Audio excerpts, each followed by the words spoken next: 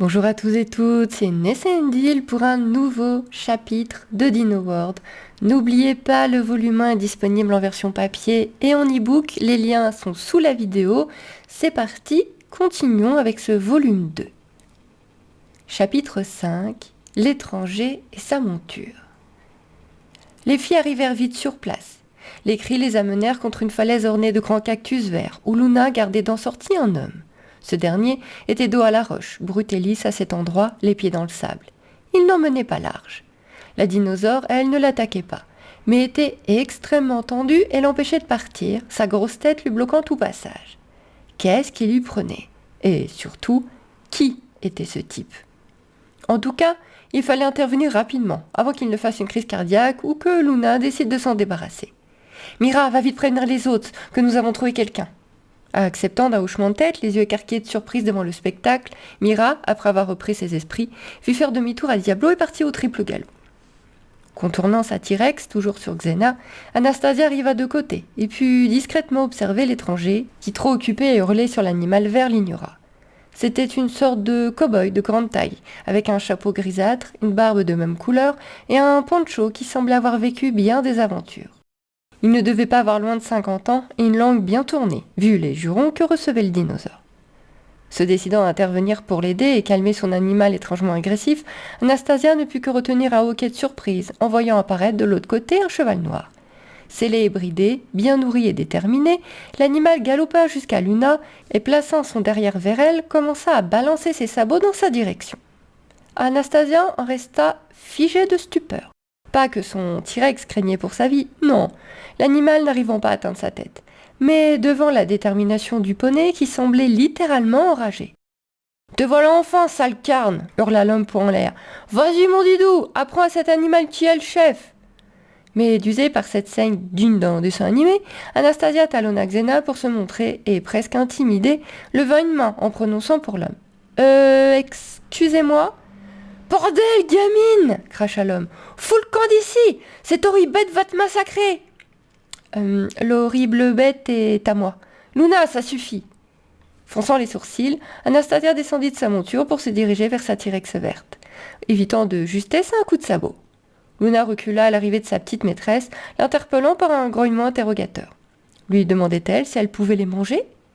Cette idée donna des frissons à la dresseuse. Ok, le poney était assez agaçant. Il les fixait maintenant d'enserrer l'œil mauvais comme une bête féroce, oubliant son statut de possible lasagne. Mais de là à le dévorer... Et pourquoi la T-Rex avait-elle gardé prisonnier cet homme? Si elle avait voulu le tuer, la jeune femme n'aurait jamais eu vent de son existence. Non, elle l'avait clairement gardé ici en attendant des renforts. « Non, Luna !»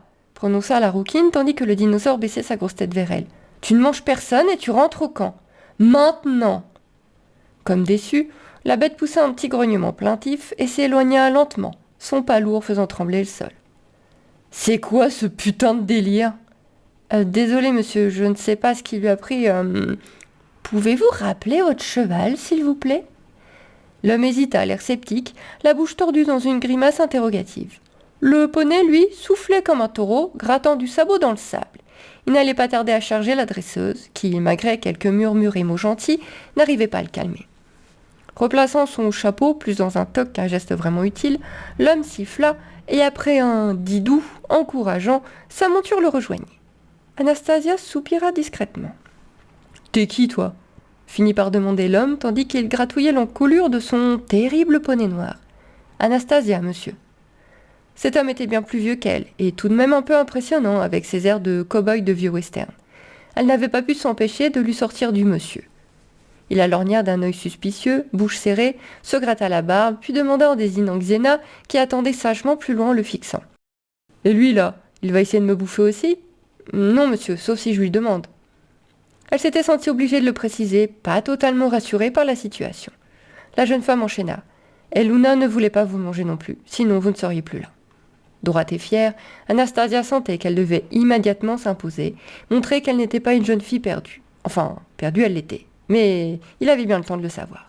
« Pourquoi elle t'écoute, ces foutues bestioles? Ces gros lézards ont rien dans le crâne. » Didou appuya son maître par un hennissement moqueur, qui fit gronder Xena. Anastasia calma la raptor d'un signe de main discret. L'homme ne manqua pas la réponse du dinosaure et se plaqua contre la falaise pour rassurer. Il avait beau montrer de l'assurance, son corps disait la vérité pour lui. Ce type avait clairement peur des animaux de la jeune femme. Les dinosaures ne semblaient pas être ses meilleurs amis. Les dinosaures ne sont pas idiots, monsieur, ils se dressent très bien, comme vous avez fait avec votre cheval. C'est vous qui l'avez dressé, n'est-ce pas? Nope, ça c'est Choupe. Et Choupe est dans le coin aussi? Nope, morte, un foutu écailleux de trop. Ceci expliquait cela. Il avait toutes les raisons du monde de ne pas aimer les écailleux, comme il les appelait. Ça n'allait pas être simple de le faire changer d'avis. La jeune femme se mit à danser d'un pied sur l'autre, ne sachant pas trop quoi dire, ni quelle décision prendre. Devait-elle ramener cet homme au campement? Pouvait-il leur donner plus d'informations sur ce désert? Ou était-il dangereux, comme Luna l'avait suggéré? Voyant l'hésitation d'Anastasia, mais certainement aussi son jeune âge, l'homme se détendit et alla jusqu'à s'approcher d'elle. Un sourire carnassier sur ses lèvres gercées, toute peur oubliée. Dernière Anastasia, Xena gronda, rappelant à la jeune femme de faire attention. Alors que l'homme arrivait sur elle, main en avant, une flèche le rasa la joue, y laissant une marque sanguinolente. Jurant de plus belle, le cow-boy releva la tête pour lancer un regard noir à Mira, qui, arc en main, le fixait du haut de Diablo. Près d'elle, sur Akko, Arthur avait le regard plus noir et plus dangereux encore. Il avait vu le geste de l'homme vers Anastasia. Il avait vu son regard brillant, son sourire mauvais. Extrêmement énervé, prêt à lâcher son tigre à dents de sable sur ce type, le jeune homme se força à prononcer la voix dure et froide. « Je vous assure qu'elle vous a volontairement uniquement blessé. Si vous voulez vérifier son efficacité au tir... » L'homme leva les mains en signe de paix, riant tout bas. Non, visiblement, il n'était pas prêt de tester. Pas pour le moment, du moins.